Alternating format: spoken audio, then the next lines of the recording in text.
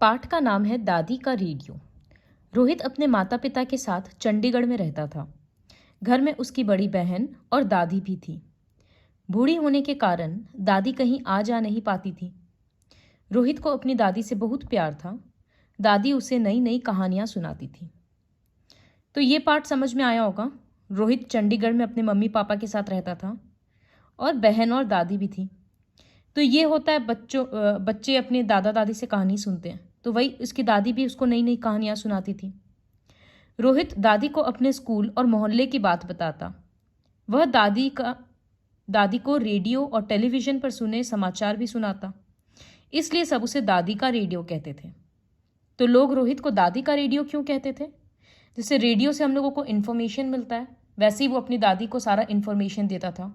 खुद रेडियो और TV, newspaper ये सबसे पढ़ पढ़ के सुन सुन के।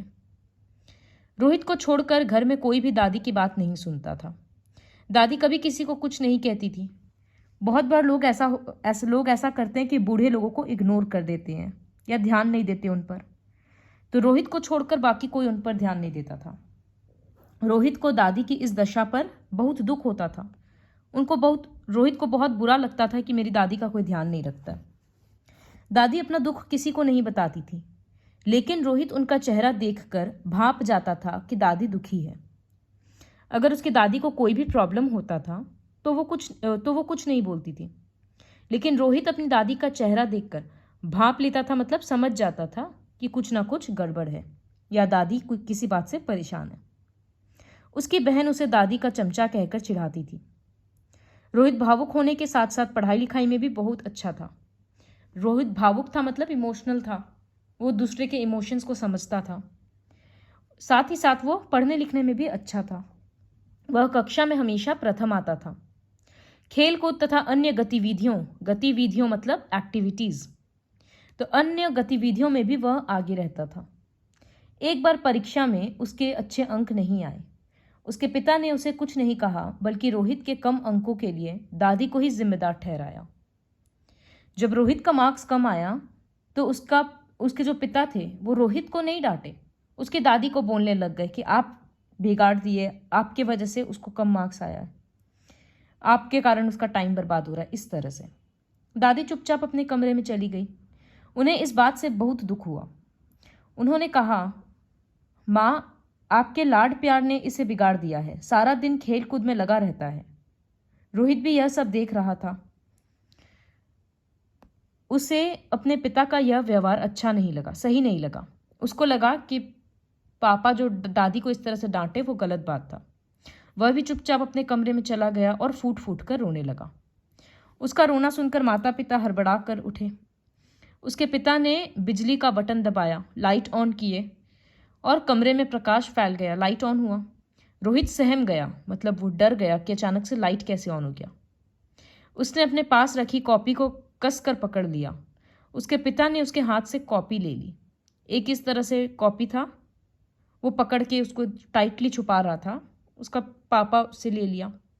कॉपी खोलते ही उनकी आंखें पहली ही पृष्ठ पर टिक गई। वे उस पृष्ठ पर लिखे शब्दों से अपनी आंखें नहीं हटा पा रहे थे। रोहित ने लिखा था, माता पिता जब बूढ़े हो जाते हैं तो वे अपनी संतान के किसी काम नहीं आते। संतान अपने बूढ़े माता पिता से बुरा व्यवहार करती है। मेरे माता पिता का मेरी दादी के साथ अच्छा व्यवहार नहीं है। मुझे बहुत दुख है कि मैं अपनी दादी के लिए कुछ नहीं कर पाता। जब मैं बड़ा हो जाऊंगा तो अपने माता पिता को पूरा सम्मान दूंगा। तो रोहित उसमें क्या लिखा था? वो एक डायरी जैसा लिखा था कि जब माँ बाप बूढ़े हो जाते हैं तो बच्चे उनका रेस्पेक्ट नहीं करते, क्योंकि बूढ़े माँ बाप बच्चों के लिए कुछ कर नहीं सकते हैं। वो लिखा था कि मेरे माता पिता मेरी अपनी मम्मी मतलब मेरी दादी के साथ ऐसा ही व्यवहार करते हैं और हम छोटे हैं इसलिए दादी के लिए कुछ कर नहीं पाते हैं। तो जब हम बड़े हो जाएंगे अपने माता पिता को हम पूरा रेस्पेक्ट देंगे। रोहित के ये शब्द पढ़कर उसके माता पिता की आंखों से पश्चाताप के आंसू बहने लगे। उन्होंने प्यार से थपकी देकर रोहित को सुला दिया। सुबह जब रोहित की नींद खुली तो सूरज निकल चुका था। वह उठकर अपनी दादी के पास पहुंचा तो उसे अपनी आंखों और कानों पर विश्वास नहीं हुआ। उसके माता पिता पहली रात की घटना के लिए दादी से क्षमा मांग रहे थे। तो पहले जैसे उसको डांट दिए थे कि आपकी वजह से ऐसे ऐसे हुआ, उस बात के लिए सॉरी बोल रहे थे। रोहित को ये दृश्य देखकर विश्वास नहीं हो रहा था कि अरे मेरे माता पिता कैसे अपना गलती मान लिए और दादी के पास गए सॉरी बोलने के लिए। यह दृश्य देखकर रोहित वापस जाने लगा तो उसके पिता ने पुकारा, दादी का रेडियो। वह भागकर दादी से गले लग गया। तो ये है कहानी दादी का रेडियो।